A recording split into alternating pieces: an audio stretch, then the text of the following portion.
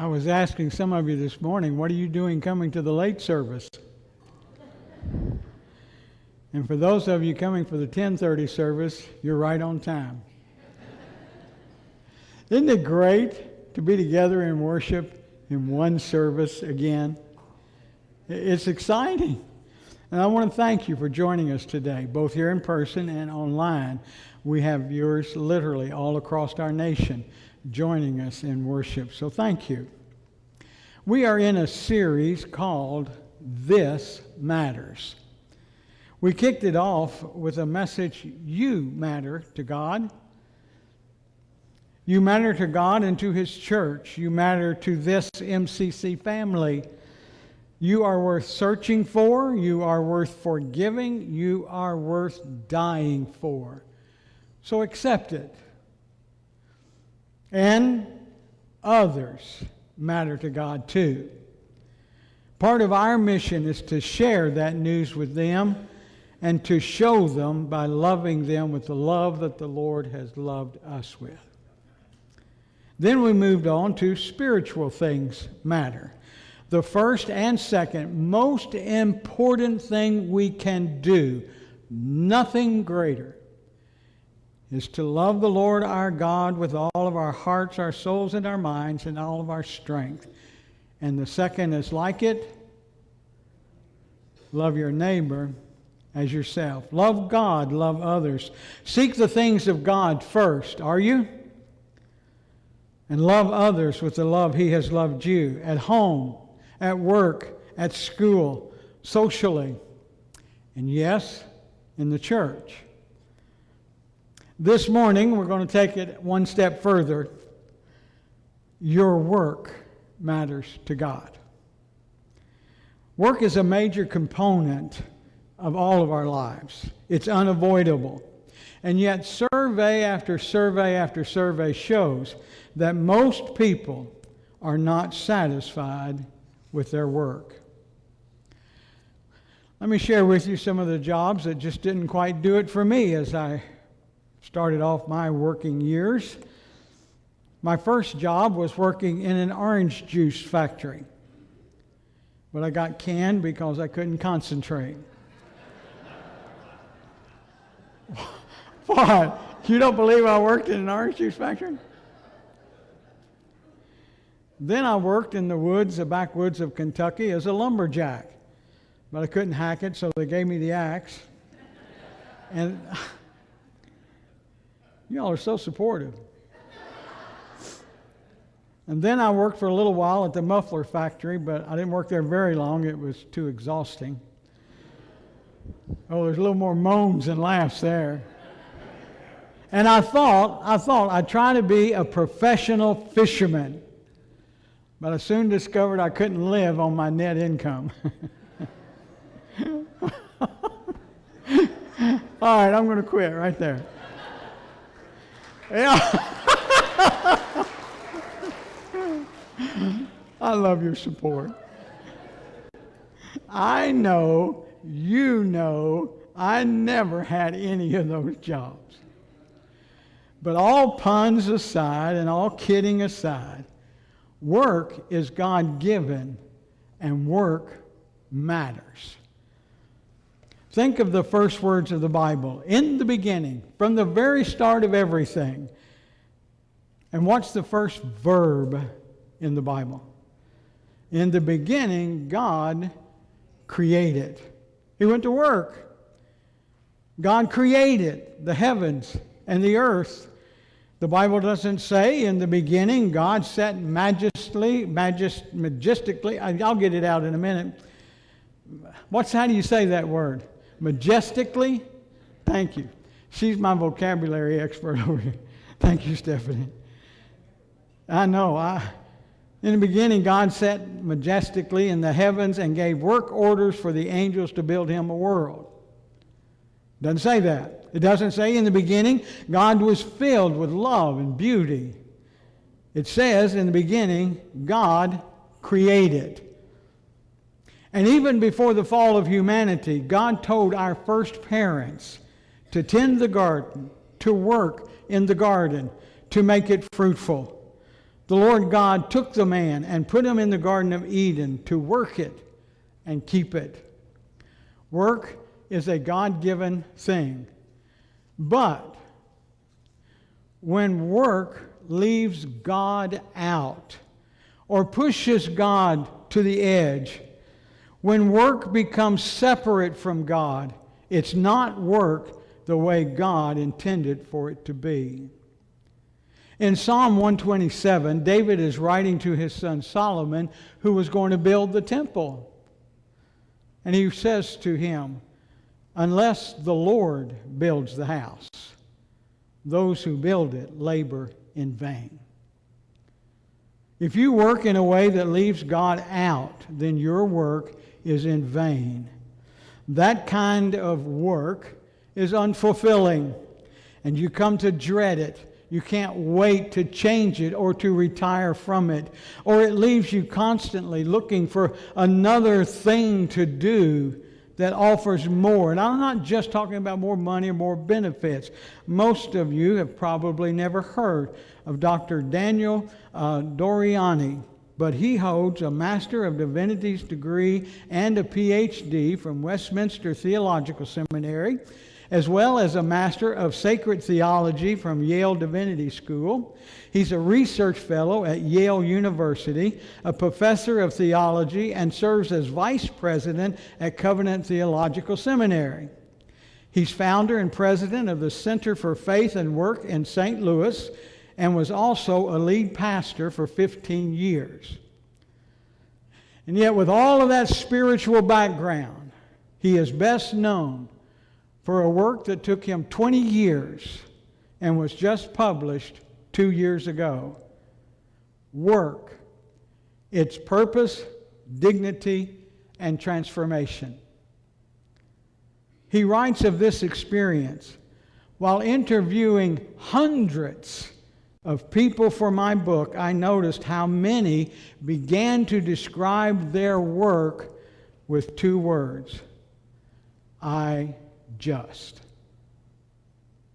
Educators say, I just teach math. Leaders say they just clarify problems or assemble teams. Some of us say, I just because we long to stay humble. Others say, I just because we never hear the words, well done, or because we can't see the value of our work. So I just work over here. I just go there. I just put in my time. I just work as. Still others say, I just because we simply work for the money, or because we lack direction and merely do what we're told. But we should look higher and see that God directs us to work in a way that pleases Him. No matter what we're doing, it should be pleasing to Him and bring glory to His name. Something that serves our neighbors, no matter what kind of job we have. Many people, maybe you're one of them here this morning, have accepted a job which pays less because it was more fulfilling, or gave them more time with their family, or more time to do the things they love, things that really matter. And yes, more time to serve the Lord. Many people's view of work is less than what God says it is. Work is a gift from God. Many Christians hold a decidedly unbiblical view of work. Some view it as a curse, or at least part of the curse from a fallen world. Others make a false distinction between what they perceive as the sacred or spiritual, those things that serve God, and the secular, everything else. You're either serving the Lord or you're not. It either matters or it doesn't. Still others make their work an idol, expecting their work to provide them with their identity and their purpose in life, as well as being a source of joy and fulfillment that only God can give. In his book, The Purpose-Driven Life, Rick Warren writes, work becomes worship when you dedicate it to God and perform it with awareness of His presence. How many of you think God goes to work with you every Monday morning? So first, let's explore some faulty views of work. The first one would be the secular view. Those who hold a secular view of work believe that life is divided into two disconnected parts. God is over here in a spiritual dimension. Work is over here in another dimension, and the two have nothing to do with each other. That's the way our culture sees the church and our God. Worship whatever gods you choose. The world doesn't care. Sing their praises. Pray to them. Live for them. But keep it in your church houses on the weekend. Our culture does not want our faith lived out in the workplace. Not in the secular world. Or to them, don't bring that Christian stuff into the real world. Keep it over here in the spiritual world, not over here in the secular, real world. Don't bring your faith or the things of your faith to the public arena. We don't want your crosses and nativities on public grounds. We want rainbow flags flying. We don't want your prayers or any mention of your gods in our sports or graduations or our government. Don't bring your faith's rules to real lives, meaning stay out of the legal system. We see nothing wrong with killing babies and protecting whales. We want to live as a gender we create to fit our feelings, not as a gender forced upon us by your gods and your beliefs. We want to change the meaning of morality to suit our lifestyles. And we want you to conform to our values. We want to rewrite history. We want to destroy what offends us, which, by the way, today is what? Everything. So keep your faith, keep your beliefs, but keep them in your church houses. Don't bring them into the real world. The secular view says God stays in His corner of the universe while I go off to work and live my life, and these two should never meet or interact. Can you see the problem with the secular view of work? If you leave God out of the picture, then you have to get your sense of importance, your sense of fulfillment, of reward and purpose from someplace else. And usually that comes from your work. If you are good at your work, if your work is going good, if you're getting praises at work, if you're getting promotions and raises, your work is very fulfilling. It makes you feel good. But if it's a 9-to-5 grind, you got a boss that doesn't care about you, doesn't even say your name right, you haven't had a raise in 10 years, on and on the list. How do you feel about work? What does work give to you? I can't tell you the number of people who've said about their work, I'd leave in a heartbeat if I could get another offer.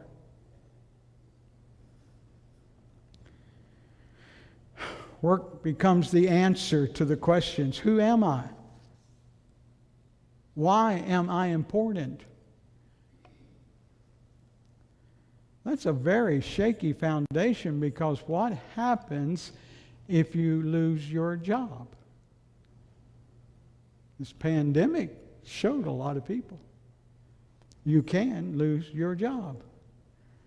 You lose your job, and if that's where everything is wrapped up in, then you're suddenly a nobody. You're not important because you're not employed. That secular view of work tends to make an idol of your career. That is, career becomes the number one priority in your life. Your relationship to God takes a back seat. You will work overtime rather than go to worship. Your family takes a back seat. They'll have to make that trip to the lake without you this weekend. You've got work to do. Even your relationship with other people takes a back seat to your work. People who used to be as close to you as a brother, you now step on to get a little further up the ladder. Everything gets filtered through the question, how will this impact my career? The secular view of work leaves God out of the system. Now, I don't have to tell you this is particularly unacceptable for Christians. God calls us to make Him the center of our lives, first and always. He wants to be weaved into every aspect of our lives, including work. He wants to be invited and included even in our work. He wants to be Lord of our lives every day, everywhere. Another faulty view of work is we begin to value the eternal over the temporary, so much so that we believe only eternal things really matter. The rest, no big deal. Some people believe if you work for things that won't last into eternity, you're wasting your time.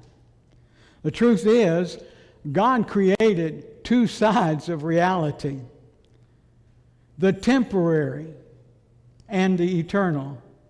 The natural universe is very real. It is just as real as the supernatural world. He created them both. There are angels and demons. There are spiritual forces of evil. There are heavenly realms and spiritual realms. In fact, Paul tells us in his letter to the Ephesians, our struggle is not against flesh and blood, but against the rulers, against the authorities, against the powers of this dark world, and against the spiritual forces of evil in heavenly realms. Asking which of those is real, spiritual or natural, is like asking which is real, our 9 months in our mother's womb or only our life after birth. They are both real. They are both necessary. You cannot have one without the other. You have to go through one to get to the other. If you don't believe that, ask any woman who's ever had a baby. Those things we do and those things we make on earth do have value.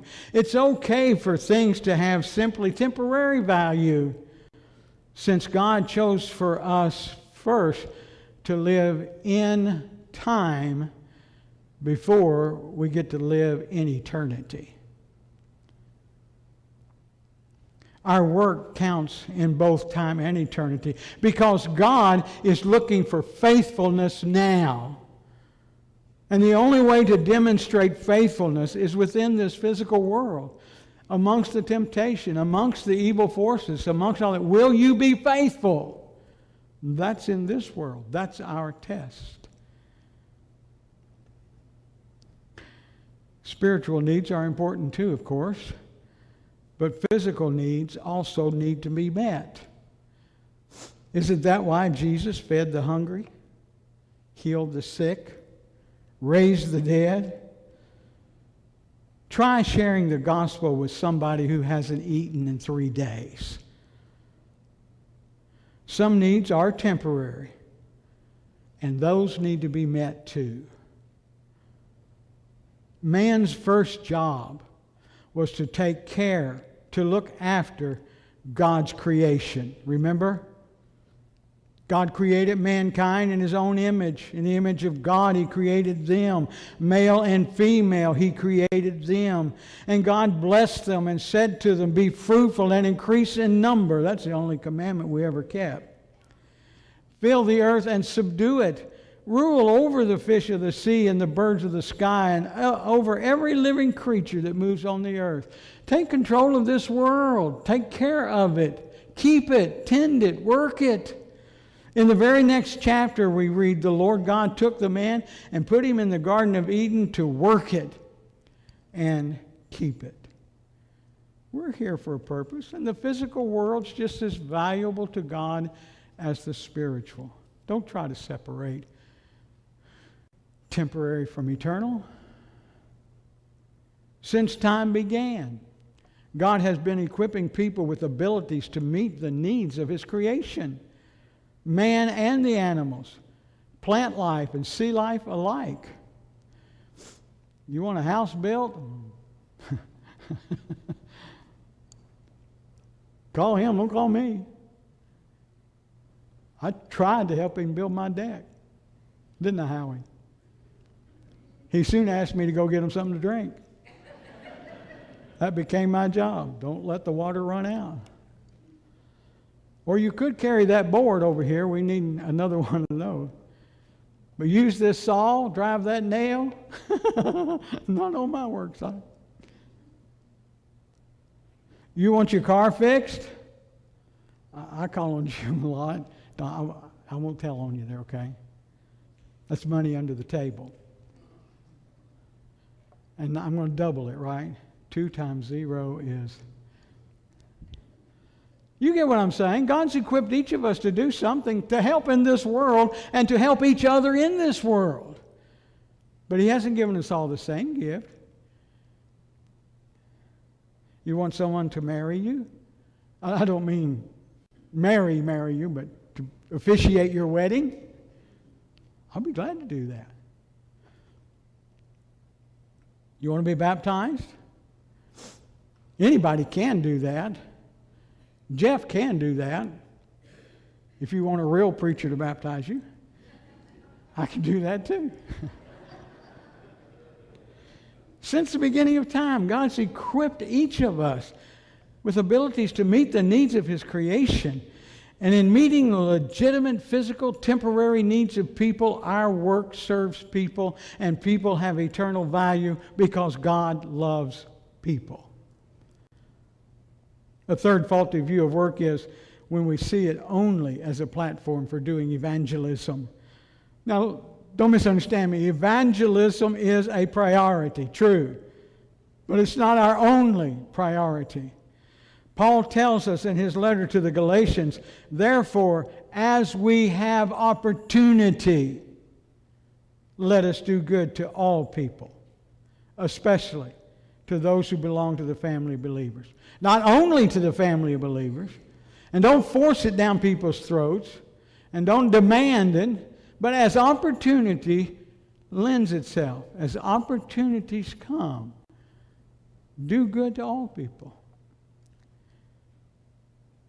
Evangelism is our first work, but it's not our only work. Our work ethics should show we are living a life that honors God and loves people. Honesty and integrity should pour from the seams of our bodies when we work. Every co-worker around us should know by the way we live and by the way we do our work that we are Christians, no matter what that work is. But we must not make them think we are better than them. Everyone at your workplace is as important to God as you are. Everybody at your work, or that you work with or for, are loved just as much by God as you are. Your work matters to God.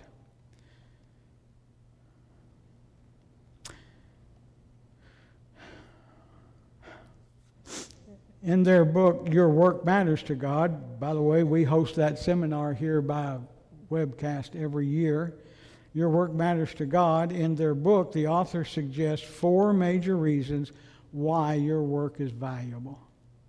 And one is because through work, you serve people. Most work is a part of a network, connected, interconnected with other jobs and with other people. God has put you in your workplace to shed an authentic light in both your words and in your deeds for His glory and for the sake of the gospel.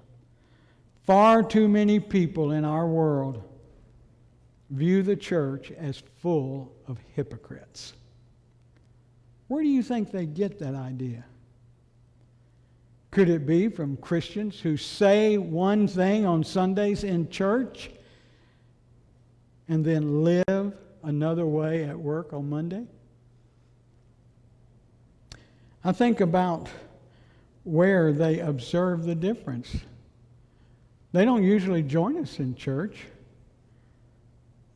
But could it be in the workplace where they see a difference, where we will say out this side of our mouth how much we love the Lord and how good our church is, and when you come to this, and then out this side of the mouth how you get the picture. Like Jesus, we should be seeking to serve, not to be served, even at work. Secondly, through our work, we meet our own needs. Work allows us to exercise the gifts and abilities that God gives to each of us. Scripture says, we gave you this rule: the one who is unwilling to work shall not eat. Now read that carefully, will you? It does not say the one who cannot work. It says the one who is unwilling to work. We are supposed to take care of the one who cannot work. As of June the 8th, last Tuesday, 5 days ago, according to the U.S. Bureau of Labor Statistics, there were 9.3 million job openings in America. How many of you have seen those signs at every place around town, now hiring? Can't hardly go in a place, especially a restaurant, department stores, anywhere you go, now hiring. Some can't work, some won't. Those who can't, we take care of. Those who can, work. It's how you meet your needs. And through work, thirdly, we meet our families' needs. God expects us to provide for our families. Timothy says it quite bluntly. People don't like this, but it's quite bluntly. It's here. Anyone who does not provide for their relatives, and especially for their own household, has denied the faith and is worse than an unbeliever. Take care of your family. Work helps us do that. Now, real quickly, as we get ready to close, here are a couple of suggestions that will help with making your work matter more. Matter more to you and for Christ and to those around you. Number one, live as a Christian at work. Be on Monday what you say you are on Sunday. Jeff and I have said for a long time, if what we do here on Sunday does not go with you to work or to school on Monday, we didn't do any good at all. Be on Monday what you profess to be on Sunday. Live as a Christian at work. Secondly, pursue worthy goals. Don't just work for the money or the promotions or the benefits. Those are all good things.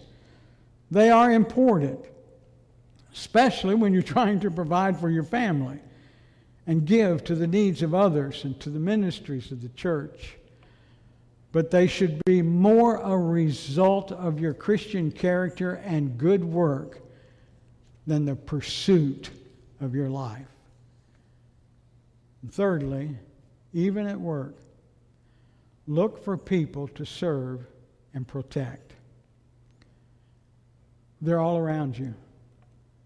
I don't know about you, but I still love these videos of the kids who will notice at school at lunchtime that one kid sitting by themselves.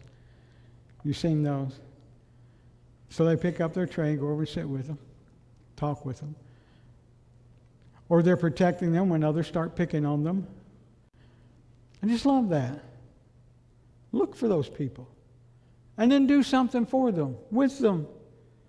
We should look for, serve, and protect the least of these. and not just rub elbows with the influential who can help you climb the ladder. Do you know what they'll think if you hang out with them? I don't care what they think, because I know what Jesus will think. Be a listening ear at work, at school. Share a kind word. Offer a helping hand. Be there. And when opportunity comes, be there for prayer and for help. Almost all of you know my wife is a travel agent. She does probably 90% or more of her work on the phone or online. And yet her clients are all over the country. And you'd be surprised. I am absolutely amazed at how many of them call not just for travel, but call and say, would you pray for our family? This or that's happening. Now, how many of you have had people call you but it didn't have anything to do with your work, but just say, they know you're a Christian, they know you believe in God, they know you believe in prayer because of the way you've done your work. The story is told. Mike Cornwell, you'll need to look this up for me. Aren't you the expert on Abraham Lincoln? The story is told of a day Abraham Lincoln, before he was president, went to visit a slave auction. He was appalled at the sights and sounds of people buying and selling other human beings. As the story goes, his heart was especially drawn to one young woman on the auction block whose story was told in her eyes. She looked with hatred and contempt on everyone around her. She had been used and abused all of her life, and standing on the trading block was just one more humiliation. The bidding was opened, and Lincoln began to bid. As the bidding went up, he would just bid a little higher. One man, the story says, tried to top his bid, but Lincoln would not be topped. Finally, he won. He paid the auctioneer for the slave woman. And then the woman asked Lincoln in a rather bitter voice, "What are you going to do with me?" And Lincoln said, "I'm going to set you free." "Free?" she said. "Free for what?" "Just free. Completely free." "Free to do whatever I want?" "Yes," Lincoln said, "free to do whatever you want." "Free to go wherever I want?" "Yes, free to go wherever you want." And with a change in her tone and with a smile, the woman said, "Well then, I'm going with you." That's the way Jesus is. He comes into our lives and he frees us from all those things that we chase so after to find security and purpose and meaning and fulfillment and happiness and all those things. But when we put him in the center of our lives, we're free and we grow and we become more like him and we achieve and we succeed because we follow him. Perhaps our takeaway this morning is just a challenge for us all. Seek to discover God's vision for your vocation. Why? Why, in God's sovereignty, has he placed you in this job? How can you bring him glory with your work? How can you serve your neighbor with what you do at work? Seek to discover Christ's vision for your work. Your work really does matter, no matter what that work is. And I might say, by way of invitation, no matter what work you do, you can also find times and ways to use all of that ability and gifts and skills that God has blessed you with to work for his kingdom. Well, it doesn't have to be full time. You don't have to go to seminary and become a preacher. You can teach Sunday school class. You can work with the kids in nursery. Work with the kids in junior church. You can pass out bread on the weekend. You can make a run to Costco and pick up extra things. You can join the Matters, or plarn mats together for the homeless. You can help serve and feed kids at Candlewood. The list is endless. You can help with crafts in VBS. You can help with snacks in VBS. You can help with snacks any day of the week. We have a place for them here at church. Several, in fact. You can use your work, even in kingdom work. Finding a good church home where you can be a part of his kingdom work is such a beautiful blend. But just understand, we don't believe that your kingdom work is all done here on Sunday mornings, 10 o'clock, one service. Because as you leave our drive, remember what it says? You are now entering your mission field. As you go home, as you go to work, as you go to school, that's where you can do kingdom work too. Your work matters to God.